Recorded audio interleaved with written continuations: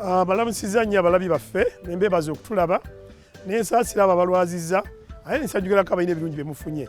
Erinnya Kizito Moses Gambobbi kuva mu kitongole kya Buganda Land Board ekiwaayo ekikunga n'okusomesa abantu ba Ssaabasajja Kabaka. Twakubiriza nno mujjumbire emisomo gyaffe gye tuleeteeyo mu bitundu byammwe gye tuleeta ku rediyo ne ku TV. Era ne mubuuze n'ebibuuzo. Ono yabuuzizza ti emitendera ki egiyitibwamu okufuna ekyapa ku ttaka lya Kabaka. Ekisooka oteekwa okuba ng'olina obwannannyini bw'ekifo ekyo nga bumanyiddwa mu mateeka. Oyinza okuba wagula, baakuwa oba wasikira. Kitegeeza ki? Oteekwa okuba ng'olina ebiwandiiko ebiraga obwannannyini bw'ekifo. Bw'omala okuleeta ebintu ebyo ekiraga obwannannyini, tuwandiisa ekibanja kyo ne tukuggyako ebyetaagisa okulaba nti fayiro yo eggulwawo mu Buganda Land Board.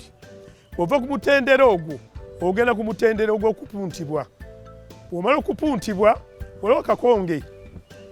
Akakonge ako bwe kafuluma akava mu gavumenti, kitegeeza nno ngakonge ako kafulumidde osobola okufuna ekyapa. Bwe kaba tekafulumye wabaawo ensonga ekuziyiza.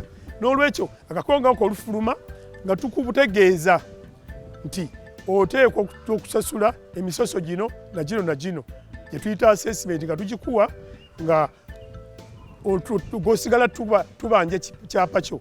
Tukubiriza nno abantu ti oluusi bw'oba wasaamu okusaba kwo ng'oyagala ekyapa ng'olaba tekijja, tuukirira ettabi lya Buganda Land Board erikutwala olitegeeze ti nasasula emisoso gyonna n'ekyapa kyange tekinnafuluma. Kuba ekyapa tekiyinza kufuluma awantu nga gavumenti yayisaawo enteekateeka.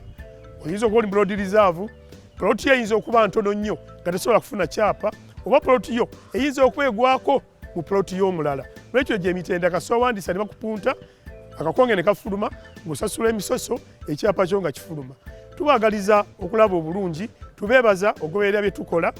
N'olwekyo tufube nnyo tufune ebyapa ku ttaka lya Kabaka olw'okwekulaakulanya. Ssaabasajja Kabaka awangaale.